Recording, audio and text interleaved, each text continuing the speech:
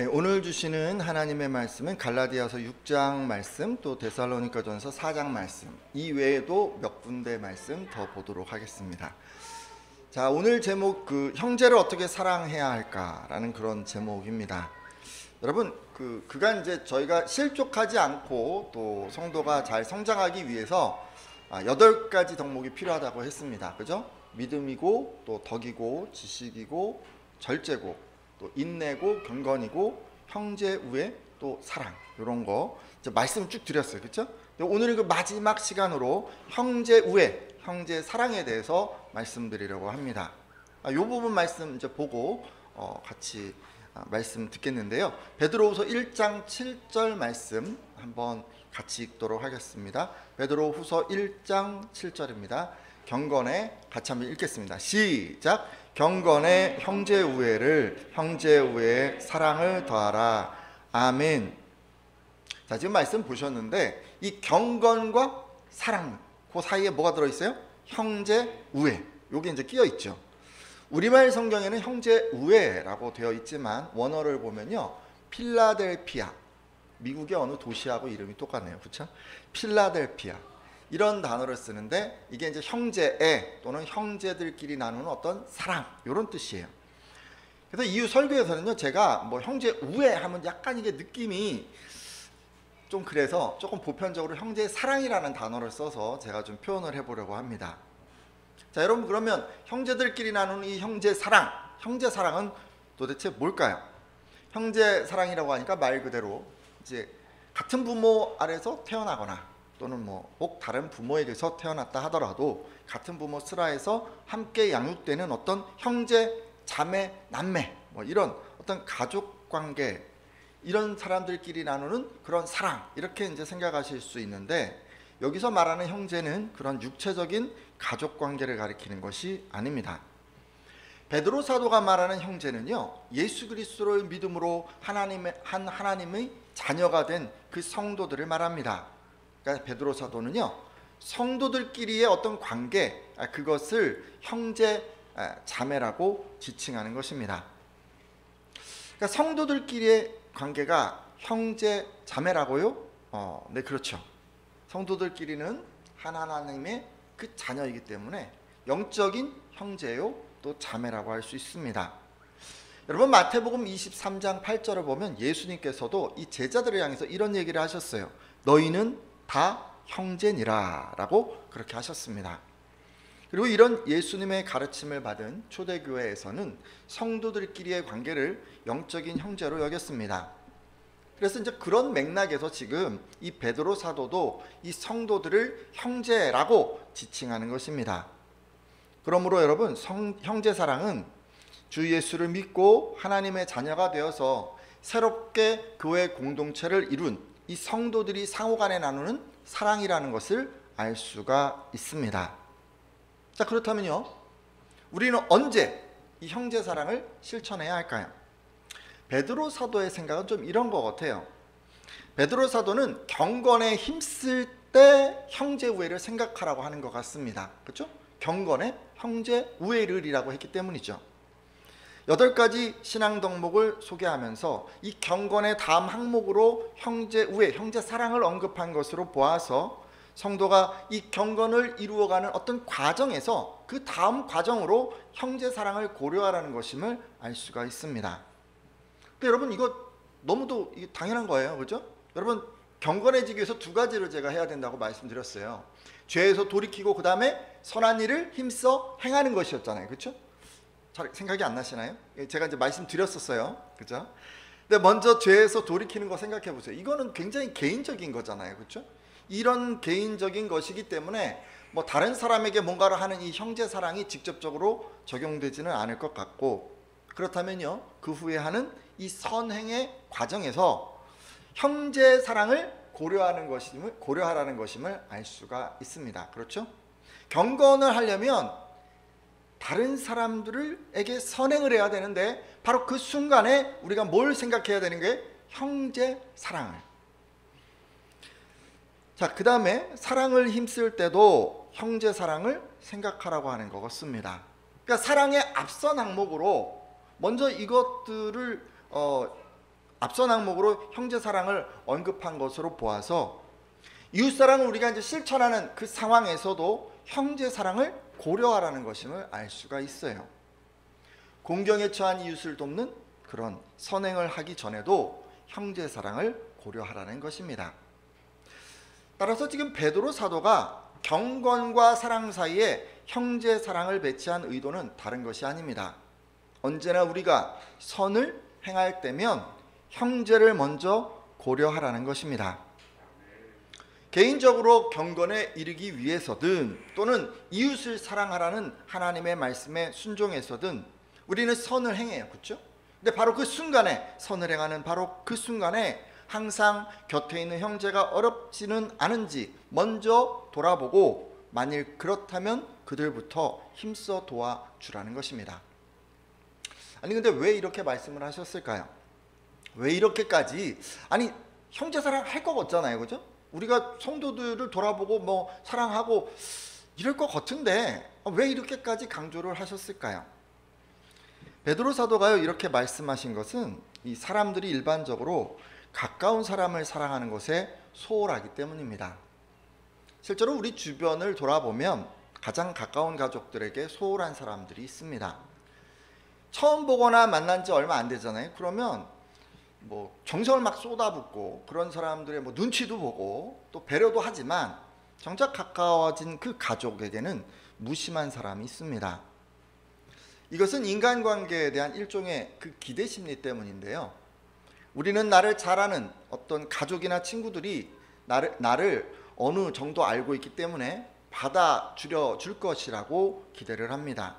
그래서 가까운 사람에게는 좋지 않은 모습을 여과 없이 보여주는 것입니다. 때로 함부로 말하고 쉽게 분노를 표출하고 또 이기적으로 행동합니다. 내가 그렇게 하더라도 상대가 받아들여 줄 것이라 생각하기 때문이죠. 어떻습니까? 반면에 나를 잘 모르는 타인에 대해서는 그렇게 하지 않죠. 상대를 세심하게 배려를 하고 또 인내하고 무엇보다 좋은 면을 보여주려고 합니다.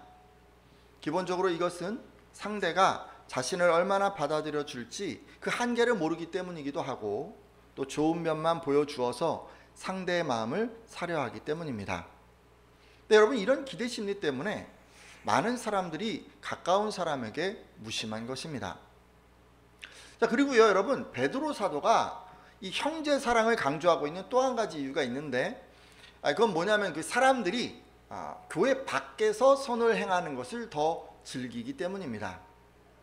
여러분, 왜 그럴까요? 왜 교회 밖에서 선을 행하는 것을 더 좋아할까요?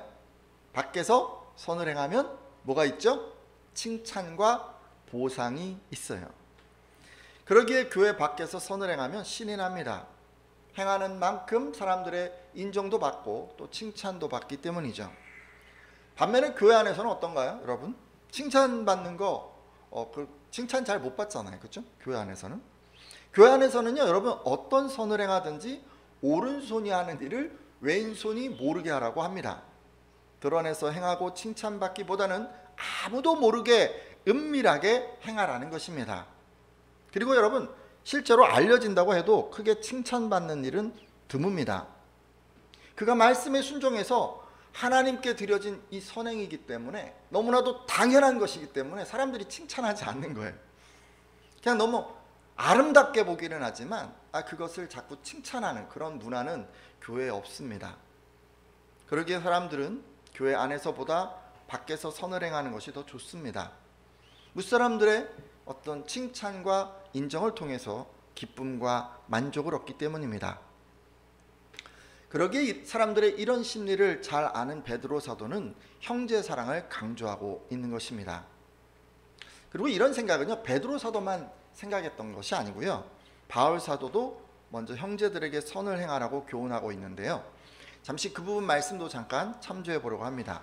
갈라디아서 6장 10절 말씀인데, 갈라디아서 6장 10절 말씀 보겠습니다. 그러므로 우리는, 같이 읽겠습니다. 시작. 그러므로 우리는 기회 있는 대로 모든 이에게 착한 일을 하되 더욱 믿음의 가정들에게 할지니라. 아멘. 자, 여러분, 바울 사도가 뭐라고 하셨습니까? 모든 사람들에게 착한 일을 하되 더욱 믿음의 가정들에게 하라라고 하셨어요.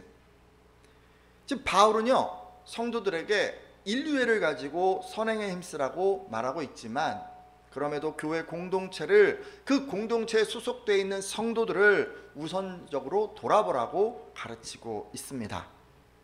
그러니까 선행을 하기에 앞서서 성도들이 어려움에 처해 있지는 않은지 그것부터 살피라는 것입니다. 그래서 성도들의 필요를 다 채운 후에 다른 사람들도 돌아보라는 말씀이죠.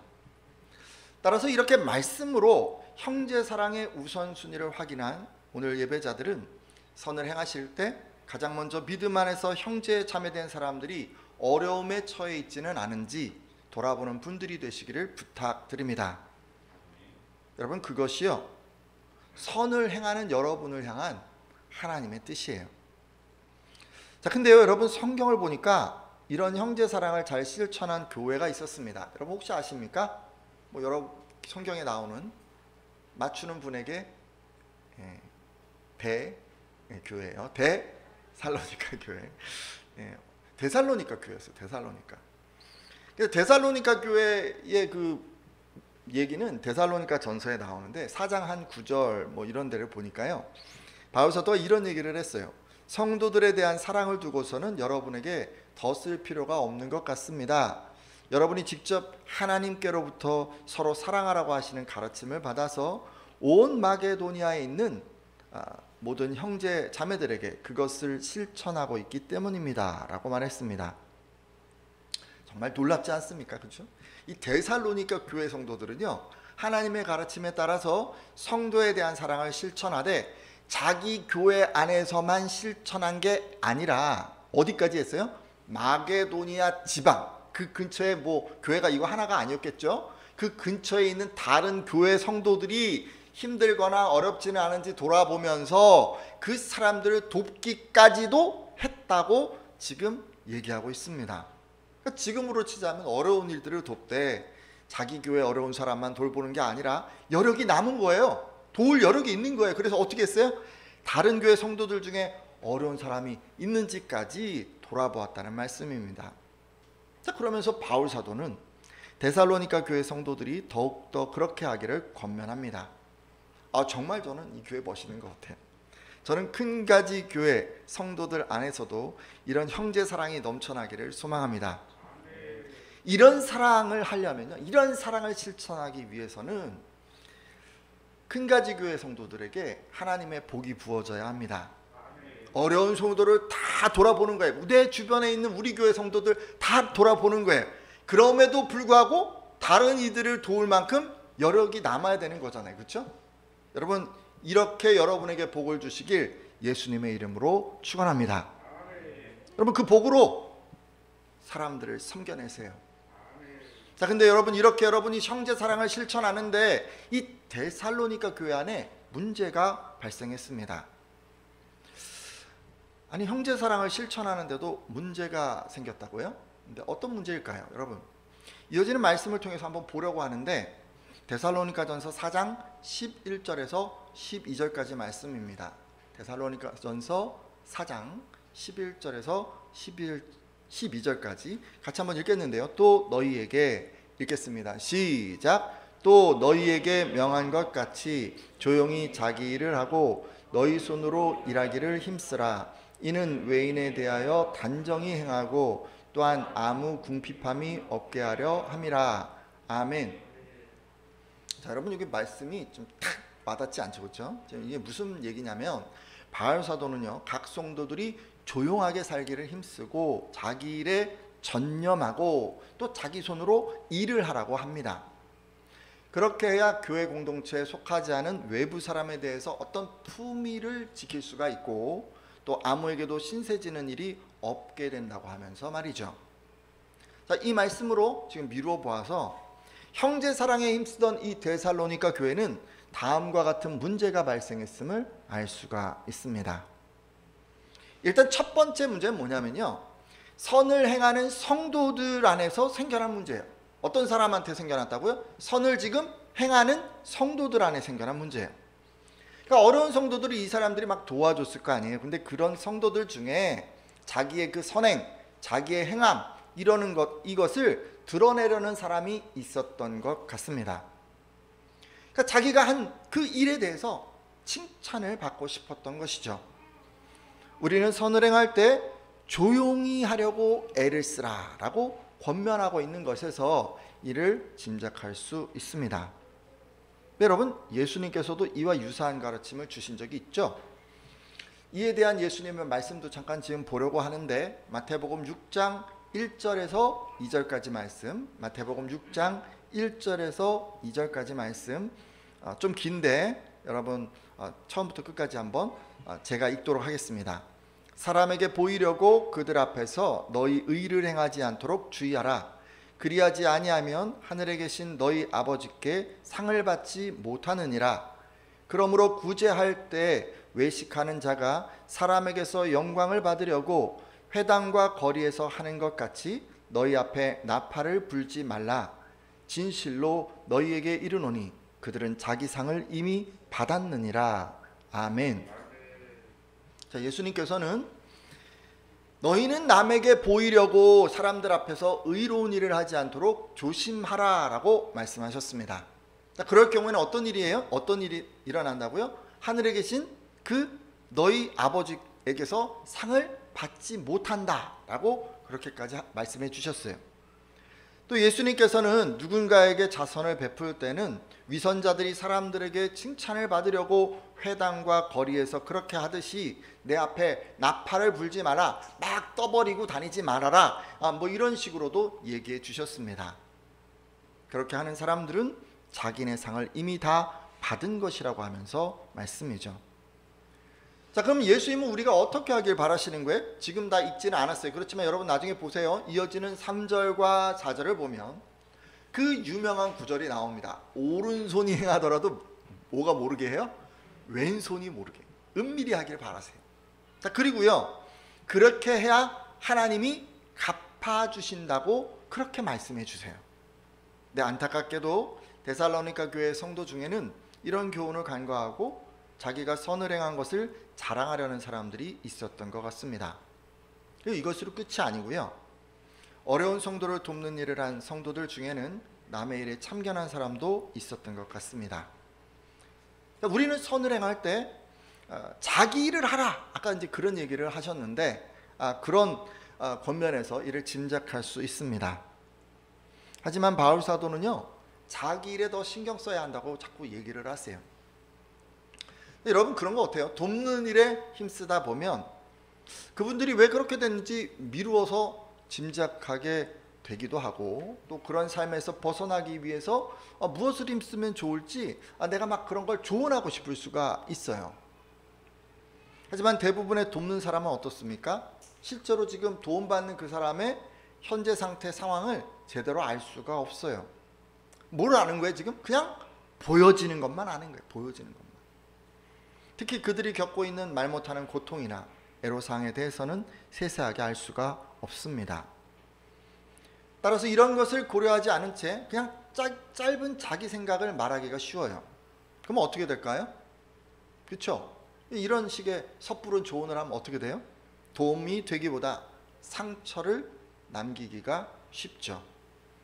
그래서 바울 사도는 지금요, 이 돕는 성도들에게 Do your own business, 남의 일에 간섭하지 말고 자신의 일에 더 신경을 써라 라고 권면한 것입니다. 그리고 두 번째 문제를 또 좀 한번 보기로 하죠. 두 번째 문제는 도움받는 사람들에게서 생겨난 문제예요. 자, 첫 번째 문제는 도움을 주는 사람들에게서 생겨난 문제였고, 자, 지금 두 번째 문제는 누구에게? 도움을 받는 사람들에게서도 문제가 생겼어요. 도움을 받는 성도들 중에는요, 아무 일도 안 하고 그저 도움만 받으며 살아가려 한 사람이 있었던 것 같습니다. 우리는요, 너희 손으로 일하기를 힘쓰라 라고 한 그 말씀을 통해서 이를 짐작할 수 있습니다. 일단요, 도움받는 성도들 중에 이런 분들이 좀 있었어요. 재림에 대한 잘못된 신앙을 가진 분들이 있었어요. 당시 데살로니가 그 교회에는 그리스도의 재림이 가까운 장래에 있으리라고 확신했던 사람들이 있었습니다. 이들은 이런 믿음으로 열정적인 신앙생활을 했습니다. 다만 이 재림에 대한 이 열렬한 어떤 기대 때문에 더 이상 일할 필요가 없다고 여긴 것이 문제였습니다. 그러니까 재림이 얼마 남지 않았기 때문에 아무 일도 하지 않고 오직 다른 성도들의 도움만 받으면서 그저 하루하루를 살아갔습니다. 게다가 이런 사람들의 믿음에 편승해서 또 게으름에 빠진 그런 성도들도 있었어요. 아무 일을 안 해도 성도들이 도움을 주기 때문에 그것으로 이제 먹고 살 수 있으니까 그냥 무의도식하는 사람들이 있었다는 말씀입니다. 따라서 바울 사도는 어떤 이유로 일을 안 하든지 그렇게 무의도식하는 성도들에게 너희 손으로 일하기를 힘쓰라라고 명령합니다. 그러면서 아무에게도 신세지는 일이 없도록 하라고 권면하고 있습니다. 특히 여러분, 이 권면이 아주 강하게 나온 것은 이런 얘기를 하세요. 일하기 싫으면 먹지도 말라. 이거 굉장히 강하지 않습니까? 일하기 싫으면 먹지도 마라. 여러분, 데살로니가 후서 3장 10절에서 12절까지 말씀인데 좀 길지만 여러분 우리 같이 한번 읽도록 하겠습니다. 데살로니가 후서 3장 10절에서 12절까지 말씀인데요. 우리가 너희와 함께 같이 읽겠습니다. 시작. 우리가 너희와 함께 있을 때에도 너희에게 명하기를 누구든지 일하기 싫어하거든 먹지도 말게 하라 하였더니 우리가 들은즉 너희 가운데 게으르게 행하여 도무지 일하지 아니하고 일을 만들기만 하는 자들이 있다 하니 이런 자들에게 우리가 명하고 주 예수 그리스도 안에서 권하기를 조용히 일하여 자기 양식을 먹으라 하노라. 아멘. 바울 사도는 우리가 여러분과 함께 있을 때 일하기 싫어하는 사람은 먹지도 말라라고 거듭 명령하였습니다 라고 말하면서, 근데 지금 듣자 하니까 여러분 가운데 무절제하게 살면서 일은 하지 않고 일을 만들기만 하는 사람이 더러 있다고 하는데, 이런 사람들에게 주 예수 그리스도 안에서 명하며 또 권면합니다. 여러분은 조용히 일해서 자기가 먹을 것을 스스로 벌어서 먹으십시오 라고 가르쳤습니다. 그러니까 이런 얘기죠. 교회 공동체가 어려움에 처한 사람을 돕는다고 그것을 악용해서 무의도식하지 말고 자기 먹을 것을 위해서 스스로 일하라는 것입니다. 제가 지금까지요, 이 형제 사랑에 대해서 말씀드렸어요. 형제 사랑이 무엇이고 또 어떻게 실천해야 하는지, 그리고 이것을 실천함에 있어서 어떤 것에 유의해야 할지를 좀 살펴보았습니다. 이제 말씀을 정리하고 기도하려고 하는데요. 여러분, 먼저 이 형제 사랑은 주 예수를 믿고 하나님의 자녀가 된 이 성도들 간에 나누는 사랑이고, 선을 행할 때 가장 먼저 어려운 성도를 돌아봐야 한다는 것을 알게 되었습니다. 혹시 이런 기준이 없었던 분들은 선을 행할 때 형제들을 먼저 돌아보겠다고 결단해 주십시오. 자, 그리고 선을 행할 때는 자랑하지 않아야 하고 또 남의 일에는 참견하지 않아야 함도 알게 되었습니다. 그간 이런 모습이 우리 가운데 있었다면 돌이켜 주시고, 이제는 오른손이 하는 일을 왼손이 모르게 하겠다고, 남의 문제는 쉽게 입을 열지 않겠다고 결단해 주십시오. 또 여러분, 도움받는 입장에 서게 되신다면 치우친 신앙이나 게으름으로 무의도식하면 안 된다는 것도 알게 되었습니다. 우리 안에 이런 부분이 있다면 돌이켜 주시고, 열심히 일해서 도움을 받는 사람이 아니라 도움을 주는 사람이 되겠다고도 결단해 주십시오.